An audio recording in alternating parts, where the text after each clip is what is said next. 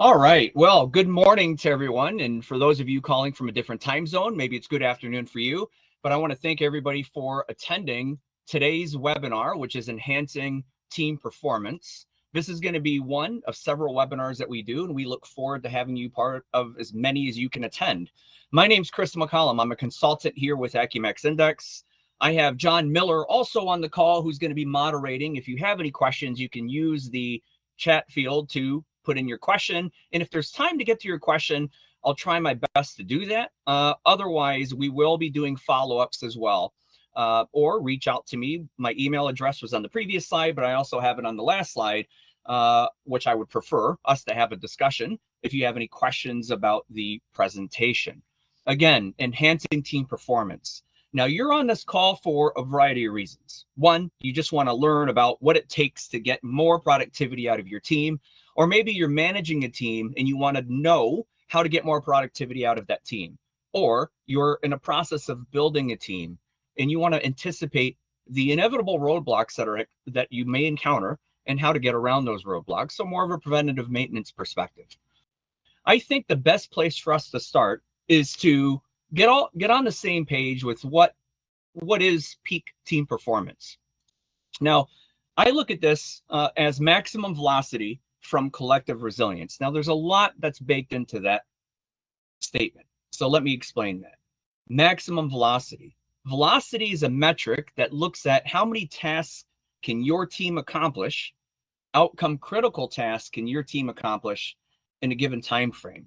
Normally, you'll look at anywhere between 4 and 8 hours. In that 4 to 8 hour time range, how many outcome critical tasks can your team accomplish? You'll find that when given the same exact time the next day, you're actually accomplishing more outcome critical tasks than you did the day before. And where that comes from is the collective resilience that's on the team. Now, there's many ways of defining resilience. I like the simple definition. It's when we're always in problem solving mode. And when we've really hit that peak velocity as a team, that's going to require us to tap into that collective resilience.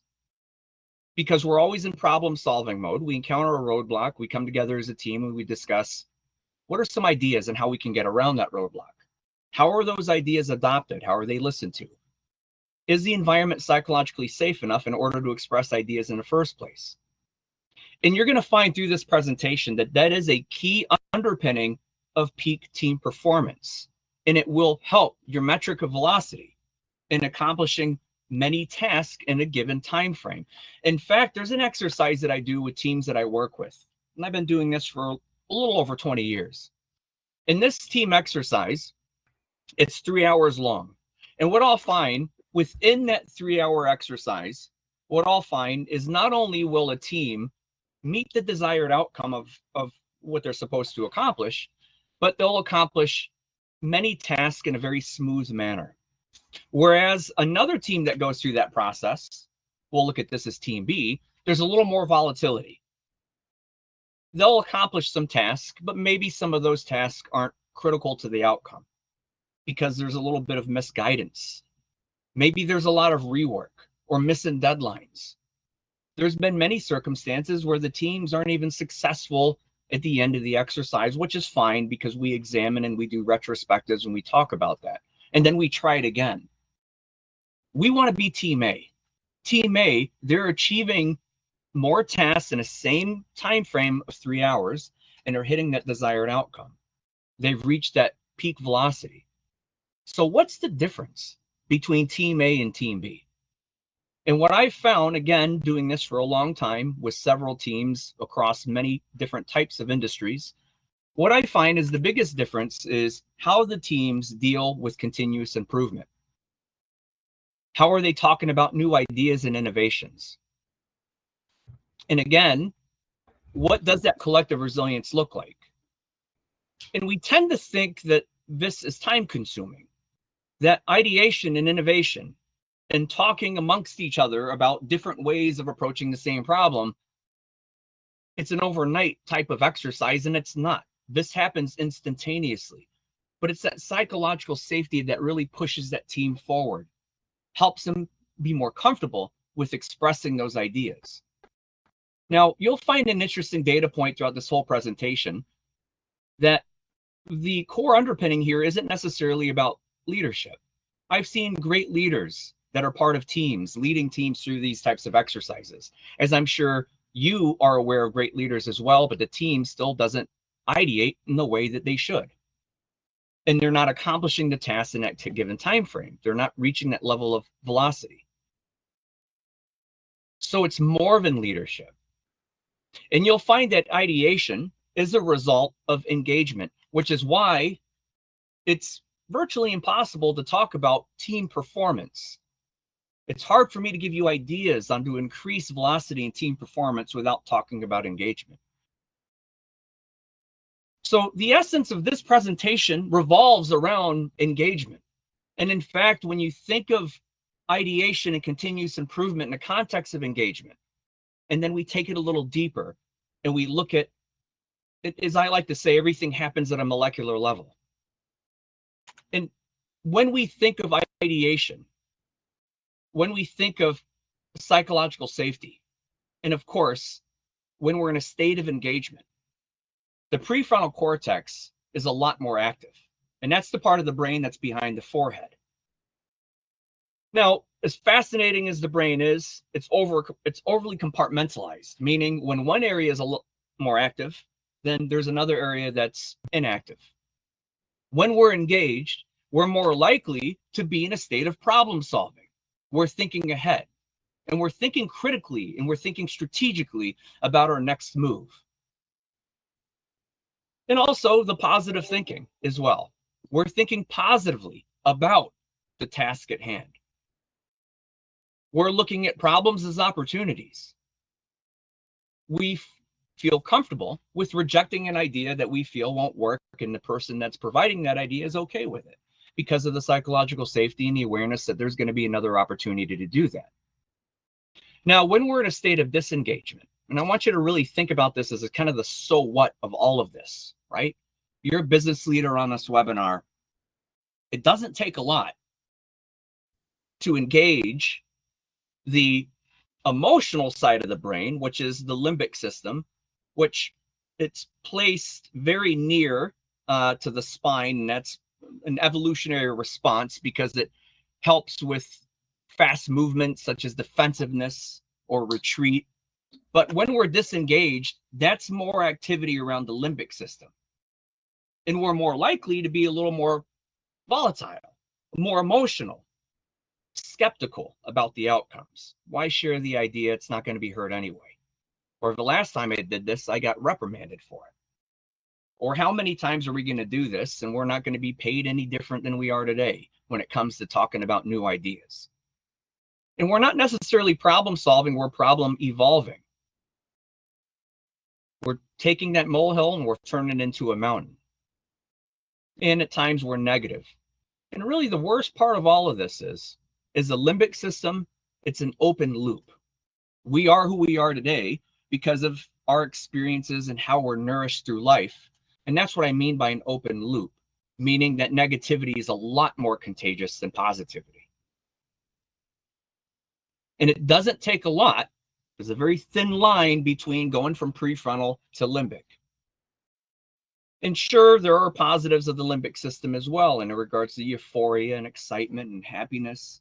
But we don't want it to be activated around the wrong reasons and start to become defensive or more guarded. We want to be in the planning. We want to be prefrontal. That's where your revenue is going to come from. That's where your next big idea is going to come from. That's where velocity comes from. So you'll find that there is a virtuous cycle between team performance and engagement. And if you administer an employee survey, most likely you're going to have these questions on your employee survey. And we spend a lot of time helping different organizations create custom surveys as well. But if you have an employee survey, or you may use like a Gallup Q12 survey or something similar to that, you're going to find questions related to team performance and engagement. Now, if you dive deeper into that and you do some statistical techniques on the results of your survey, you're going to find that there's a fairly strong relationship between team performance and engagement. Now, normally what we're doing is we're looking at how dependent is an engaged employee on the effectiveness of team performance on their team. And you'll find that correlation, that relationship is very strong. But what I would encourage you to do is to dig deeper than that, as I have. And what I've done is I looked at, well, where does engagement come from? Because in order for us to meet this peak level of velocity as a team, to accomplish as many tasks as possible, and to continue to do that through problem solving, where does engagement come from? So you're going to find there are four areas that we're going to spend some time, the remainder of this webinar, talking about. That first area being connection is very much related to engagement. How connected is that employee, is that team member to the overall outcome of what they're doing? Second is inclusion, which is really made up of two parts. How often can I provide input to change the course of direction of a decision that's been made? So before anything's been decided, can you hear my input? But it's not always about the input. Sometimes it's about just, I want to feel that I'm part of a team. I'm involved, that you care enough about me to a point where you will share why a decision was made. And it's not about, I may not want to provide input. I just want to be included. I want to feel part of the team. So that is the second factor that's related to engagement. And then cross-functional. It's not only how we are working together as a team, but how well are our departments working together with each other in our different functions. And then finally, self-optimization. As a team member, as an employee, can I leverage my natural strengths in the job that I'm doing that also applies to my educational experience and my background? Am I doing a job that's conducive to my experience, to my natural strengths? Now, in your survey, you could have 17 different items. And a mistake that we often make when we respond to employee surveys is we treat every low number as important. I like to say is if everything's important, then nothing's important. So that's why you want to look at relationships between items. And what we find after looking at several different types of employee survey results is you're going to find a lot of relationship, not only between team performance and engagement, but engagement is very much dependent on how connected am I to the outcome, how included am I, the cross-functional aspect, how well are our departments working with each other, and that self-optimization piece. In the remainder of this webinar, I'm going to dive into each of these in a little more detail, especially the cross-functional and self-optimization, because those happen to have a stronger correlation with engagement. But that's relative. That just means connection inclusion is it's moderately strong, whereas cross-functional and self-optimization, it's a little higher in regards to its relationship strength. So let's start with connection. The problem that we want to avoid here is the feeling as if we're disconnected from the outcome. Now, there is an organization that I work with that's in the defense sector, and they are a key innovator in building really the world's first aircraft carrier. And when you go into their office, you'll see that there's a model of that. And me being new to that type of situation, it blows me away. I'm amazed by it. And it's something I feel like I'm 10 years old looking at it, and I get all excited about it. But sometimes when we know as leaders on this webinar, we take it for granted because we live and we breathe that. So sometimes it's important to celebrate that. Sometimes it's important to display and celebrate your finished product, what it means to your end users. What's the value of it? How does it bring them peace in their life? How does it bring them security in their life? How does it get them from point A to point B? We have to do more of that to help our team members feel connected to that outcome. Now, this idea of user customer personas, where this usually starts, and this is fine if you're doing it, is descriptions. Here's a description of a buyer. This is the buyer that we're working with as an organization. Or here's a description of somebody that we work with that's in engineering or research. It's got to be more in a description. we have to take the time to understand what are the motivations of that buyer. Is that buyer somebody who's going to be patient enough to understand the technical aspects of what you're delivering to them? Or are they impatient? And that's going to help you dictate who you're going to put on that job and speaking with that individual.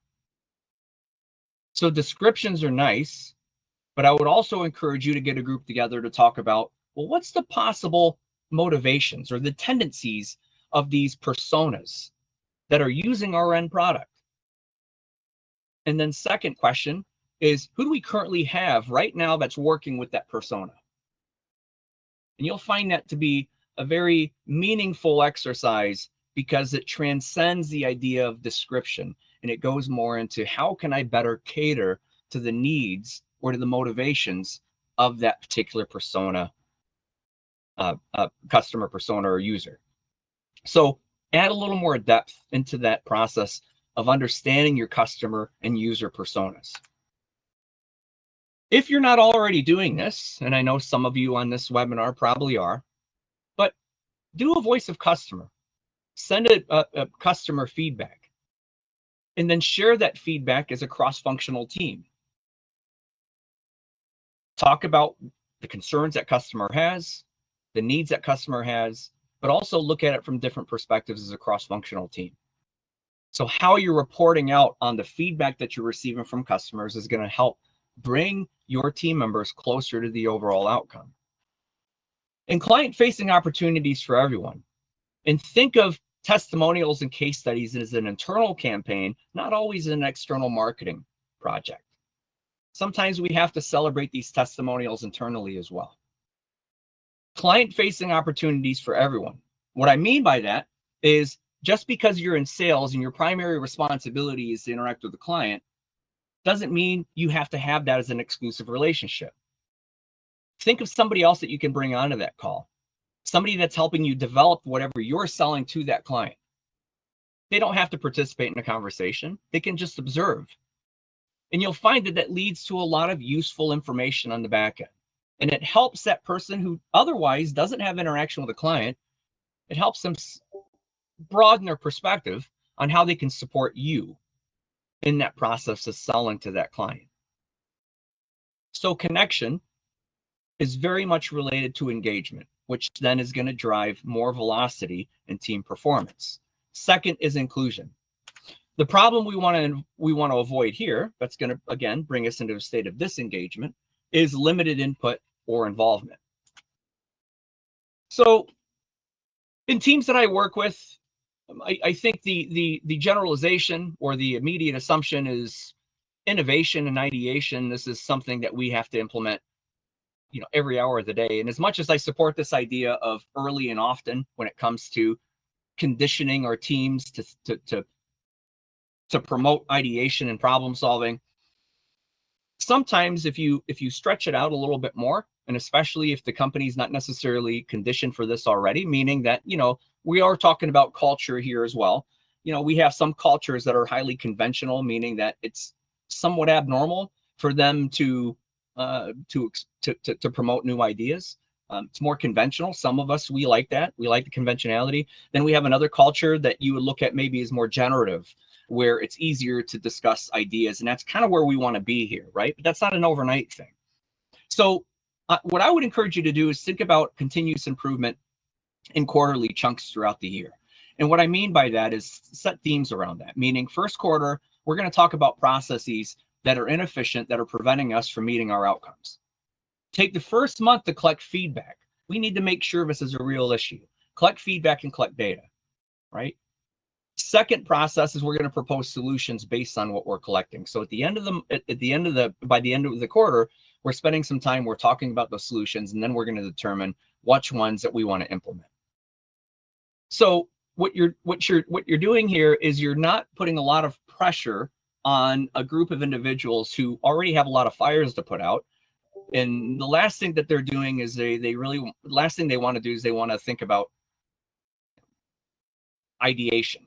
So you want to give them that time, collect the feedback, here's the theme, and let's talk about it. And do it in quarterly chunks. Second quarter, it's a new theme. Third quarter, a new theme after that. Now, a fear that I often hear from clients that I work with is, I don't want this sense of entitlement just because I open the door for new ideas. I don't want to set the impression that every idea is going to be adopted.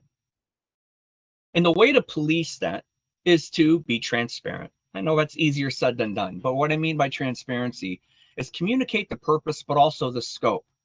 What budget are you working with? Why is it important? But also clarify expectations and timelines. Sure, we're going to hear ideas. In the next 2 weeks, we're going to take those ideas, we're going to discuss them as a leadership team. And then from that discussion, we're going to determine the pros and cons and which ones make it to the next phase, which ones that we're going to support. Now, in the case that your idea is not accepted, that's fine. Maybe it's going to be useful in the future discussion that we have. Control the parameters of ideation.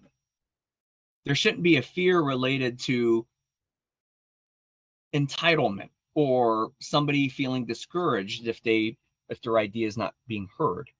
So just take some time to go through that, to talk about those expectations and the timeline and what's going to happen with the evolution of that idea. Town halls, bigger walls, performance reviews, here's some tissues, boo-hoo. So we have to really get back to the roots of why we do performance reviews and why we have town halls in the first place. And it's the intention to inform, to include, and to develop. Instead of calling it a performance review, call it an opportunity discussion. And in that opportunity discussion that you're doing quarterly or maybe twice a year or once a year, use that as an opportunity to hear different ideas and different thoughts. In town halls, don't just make it next Friday, we're going to talk about the latest, how we did last quarter, what are the goals for next quarter. Give them the topics ahead of time. Let them think about those topics. Collect questions from your group. Let them know next Friday, be prepared to ask questions as it relates to these topics. And we'll take the questions, we'll pull them out of the hat. We're not going to answer all of them. We're just going to answer some of them more randomly. But at least we put a little more thought and structure leading into the town hall, so it's facilitating more of a sense of inclusion. Think about other things you're doing that are intentionally designed to promote continuous improvement and ideation. But we kind of get into the habit and we forget of the true, pure intention of why we do these activities in the first place. It's to inform and to include and to develop. There was a company I was working with 2 years ago, and I was working with the accounts receivable department. And as I'm sure if any of you have exposure to that, you're leading a receivables department, or maybe you're on a receivables department, you're leading one. There is a lot of friction between receivables and sales, right? Different forms that were being used, inconsistencies in the information at receivables, which was slowing down the process in which they were being paid. So a quick solution that we did in that particular situation is we had each person on a receivables team do a ride along with each sales rep. So 7 in the morning, sales rep drives by, picks them up from a location, and they go from client site to client site selling their products. The reason why that was a solution in the first place was because I wanted that discussion to happen for receivables to understand what that sales rep encounters, and then vice versa, for the sales rep to understand why what they do interferes with the outcome of receivables. And it gives them an opportunity to standardize a lot of how they should operate as a team. Now, this idea about cross-functional and the friction that exists between departments, this is an area that we really need to think about because it's very correlated with engagement. So we want to make sure we're providing early education and reinforcement around the function's role, responsibilities, and expectations. After 6-12 months, we want to make sure we're creating opportunities for shadowing schedule and the day in the life of. So receivables, you go on a ride along with sales reps. Add an internal satisfaction metric in your employee survey. So what I mean by that is the employee survey is normally polling employees in regards to quality of career pathing, how well are our teams working together. But is there a section for your team members to comment on how other departments are doing that they're depending on in order to be successful? Clarify deadlines and better use of email subject lines. Urgent, need response by, get it to me now or else. I like the fist emoticon. I'm kidding, obviously. That's actually in my next workshop, how they do it in The Sopranos. You'll learn a lot from that one. Now, there's nothing more painful if I'm in sales and I can't close the deal because legal is looking at those terms and conditions. It's preventing me from closing the deal. So when we think about that correlation with engagement, that's why it's correlated with engagement. Anything that's going to interfere with me closing a deal is going to cause me to be disengaged, especially if it's happening a lot. So create that early exposure. Get everybody on the team to understand the roles and responsibilities. Lastly, we're going to talk about the adjustment trap. Everything happens in inception when it comes to creating your team and achieving that peak velocity as a team. When you're interviewing that candidate, you're not interviewing them, you are interviewing their representative. They're telling you everything you want to hear. So if you're not using some type of assessment that's going to measure their level of motivation or their natural tendencies, then how are we going to know if the job is going to be conducive to their natural strengths? The correlation between this and engagement is the highest amongst any factor that we'll look at on an employee survey. Can I leverage my strengths in the job that I'm doing? Is the job conducive to my natural strengths? The trap is when I'm in a job that's not conducive to that, then I have to put my body through a state of adjustment over a longer period of time. Now, the AcuMax Index will help look at and help you visualize that natural from how that person's adjusting in the job. It's always easy to prevent that before it actually happens, rather than learning the hard way. If I'm somebody who is a firefighter, multitasking, I love kind of the flavor of the week, doing a little bit of everything, but then you put me in a job that is somewhat of the same process that's built around predictability day in and day out. Good news is the human body can deal with acute adjustments, but over long periods of time, that's where it becomes painful and stressful in quick path to disengagement. So we want to make sure best prevention is always at inception. Ensure prospect or your employees' core motivations are met by the job and their natural strengths are conducive to the tasks required. Don't put somebody who is a master multitasker on a job that's going to have them doing the same thing over and over again. Consider future positions. So that person could be promoted in the next 6 months, year, 2 years, 3 years. What other jobs exist from a career pathing perspective that will continue to leverage and develop those strengths? Sure, there's something to be said about, well, what about gaps and how can we fill in those gaps with training? Yes, a lot more to talk about than the time that we have, however. The easiest solution here is making sure that the person you hire is matched with the job that's required. This is something I hope you would be able to do immediately. Have an open discussion, people who are doing the same or similar jobs, get them together and have them talk about how they're doing the same task. And what you'll find is naturally what we'll do is we'll try to modify how we're doing the job so it fits a little more natural with who I am, how I'm motivated, and what my tendencies are. And that gives that other person who's adjusting and they're experiencing stress from that adjustment, it gives them an opportunity to say, hey, I should try that as well. But also promote job mods to empower employees with freedom to modify how they are doing their jobs. Job modification. Can I change how I'm doing these tasks so they're more conducive to my strengths?